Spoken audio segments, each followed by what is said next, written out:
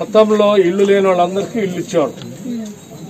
ఇప్పుడు మన ఆరోగ్యశ్రీ కార్డు గురించి మాట్లాడుకుందాం. ఒంట్లో బాగాలేకపోతే అందరికీ ఆరోగ్యశ్రీ కార్డు ఇచ్చింది కదా. ఇంట్లో తినటానికి అమ్మహస్తం అని ఒక సంచి ఇచ్చి సంచిలో 9 రకాల వస్తువులు ఇచ్చేవాళ్ళ. ఉప్పు, పప్పు, బియ్యం, పంచదారతో సహా అందరికీ కార్డు ఇచ్చినప్పుడు ఇచ్చాడు. అట్లానే అందరు చదువుకునే బిడ్డలు ఉంటే ఫీజు రియంబర్స్మెంట్ కూడా ఇచ్చింది. అట్లాగే ఇందిరా జలప్రభ పెట్టి భూములు బాగు చేయడానికి బోర్లు వేసి కరెంట్ ఇచ్చి మోటార్లు ఇచ్చి అన్ని చేసింది. ఇందిరా జలప్రభ ప్రతి ఊర్లో చాలా చేసిందంటే అప్పట్లో కాంగ్రెస్ గవర్నమెంట్ చేసింది. సరే, అంతకంటే బాగా చేసుకుందామని తెలంగాణ తెచ్చుకున్నాం. డబ్బులు బాగున్నాయి కదా, మన రాష్ట్రం మనం వస్తే ఇంకా బాగా చేసుకోవచ్చు తెచ్చుకుంటే ఏమైంది, సంచిలో 9 రకాల సరుకులు ఉండాల్సింది పోయి ఆ సంచి పోయింది, సరుకులు పోయింది. మన రాష్ట్రం తెచ్చుకుంటే డబుల్ బెడ్రూమ్ ఇల్లు కట్టుకోవచ్చు. ఇప్పుడు లక్ష్మారెడ్డి గారు చెప్పినట్టు అల్లుడు వస్తే బిడ్డ వస్తే ఎడగట్టుతాం అనంటే డబుల్ బెడ్రూమ్ ఇస్తాడేమని ఓటేసి ఏమైంది, ఉన్న ఇందిరమ్మ ఇల్లు కూడా పోయింది. డబుల్ బెడ్రూమ్ ఇల్లు రాలేదు, ఉన్నది పోయింది. అయింది కదా. అట్లనే పెన్షన్ వస్తుందేమో అని అప్పుడు మనం ఏం చేస్తున్నాం, అడిగిన వాళ్ళందరికీ అర్హత ఉన్న వాళ్ళందరికీ ముసలమ్మ ముసలాయి అందరూ పెన్షన్లు ఇచ్చినాం. ఈయనేమన్నాడు పెన్షన్ ఇస్తా నేను ఎక్కువ ఇస్తా అంటే వేసినాం. ఏమైంది, ఇటువంటి తల్లి 2-2.5 సంవత్సరాల నుంచి పెన్షన్లు మనం అప్లై చేస్తూనే ఉన్నాం. ఎంఆర్ ఆఫీస్ లో అట్లనే ఉన్నాయి. ఏమైందా ఎంఆర్ఓ అంటే పైనుంచి నాకు క్లియరెన్స్ రాలేదు అంట.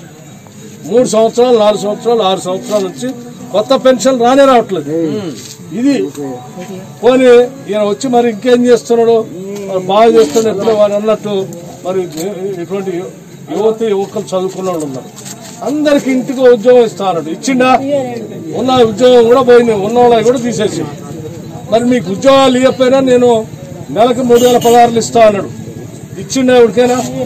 ఎవరికి ఇవ్వలే. మళ్ళీ డబుల్ బెడ్రూమ్ ఇల్లు నేను కట్టిపోయినా మీకు స్థలాలు ఉంటే మీ స్థలం మీరు కట్టుకుంటే 5 లక్షలు మీ అకౌంట్ లోనే ఇస్తాను. ఇచ్చిండా ఎవరికైనా? ఎవరికి రాలేదు. అన్ని మోసమే కదా. ఒక్కటే నిజం చేస్తున్నారు ఈ కేసీఆర్ పని. ఇంకో పక్కన ఏం చేస్తున్నారు, ఇంకో ఆ బిల్లు ఎలక్ట్రిసిటీ బిల్లు ఆ బిల్లు ఈ బిల్లు తీసుకొని వచ్చేసి ప్రతి ఊర్లో బాయికాడ మోటార్ పెట్టాలంటున్నారు. అదొక సమస్య. సో బీజేపీ వాళ్ళ సమస్య అట్లుంది. టీఆర్ఎస్ మీటర్లు పెట్టాలంటున్నారు. టీఆర్ఎస్ వాళ్ళ సమస్య ఇట్లుంది. మరి ఈ సమస్యలన్నిటికంటే మరి ఆ రోజుల్లో బాగా చేసిన కాంగ్రెస్ వాళ్ళు బాగున్నారు. అడిగినోడు కల్లా ఇల్లు ఇచ్చిండ్రు, బియ్యం ఇచ్చిండ్రు, ఆరోగ్యశ్రీ కార్డు ఇచ్చిండ్రు, చదువుకుంటా అంటే కాలేజీలో ఫీజు ఇచ్చిండ్రు. ఇంట్లో ఎవడైనా పనికి శాతం కాదంటే 100 రోజులు పని కల్పించారు. ఓపిక లేదు మా ఇంట్లో ఉంటాం పిల్లగాళ్ళంటే పెన్షన్ ఇచ్చారు. అన్ని వాళ్ళే నయం కదా. ఇంత బాగానే చేసింది కదా. అట్లాగే ముత్యంరెడ్డి గారు ఇప్పుడు ఈ నియోజకవర్గంలో ఏడ చూసినా ఏ ఊరు పోయినా ఇదే చెప్తున్నా, అయ్యా దేవుళ్ళు అంటాడు. ఏం చేసినా ఆయన చేసినా కానీ ఎవడు చేయలేదు. మరి పాపం ఆయన లేడు, ఆయన కొడుకు ఇలా పోటీ చేస్తుంది. మరి ఆయన పోయినంత మాత్రాన మరి ఆయన చేసిన పనులు కొద్దిగా మనం కృతజ్ఞత చూపించాలిగా. మన కోసం పని చేసినారు చూపించాలా వద్దా? మనిషి చచ్చిపోయినా వదిలేస్తామా? మన మానవత్వం ఉంది కదా మనకి. మనం బీజేపీ వాళ్ళ టీఆర్ఎస్ వాళ్ళగా రాక్షసులం కాదు కదా. మనం మనుషులం. మనం అనుకుంటున్నాం మన మనుషులు మన కోసం పనిచేసిన వాడి కోసం ఇంత మనం సాయం చేయాలిగా, మనసు పెట్టుకోవాలి కదా. పాపం ఇలా ఆయన కొడుకు పోటీ చేస్తూ ఉండు కాబట్టి నేను మీ అందరికీ విజ్ఞప్తి చేసేది ఏంటంటే ఈ టీఆర్ఎస్ పార్టీ అంత మోస పార్టీ, అంతా మాయ చేయటం తప్ప ఏం చేయట్లేదు. కొడుకు అల్లుడు ఆయన మొత్తం దోపిడీ చేసుకునే కార్యక్రమం ఉన్నారు.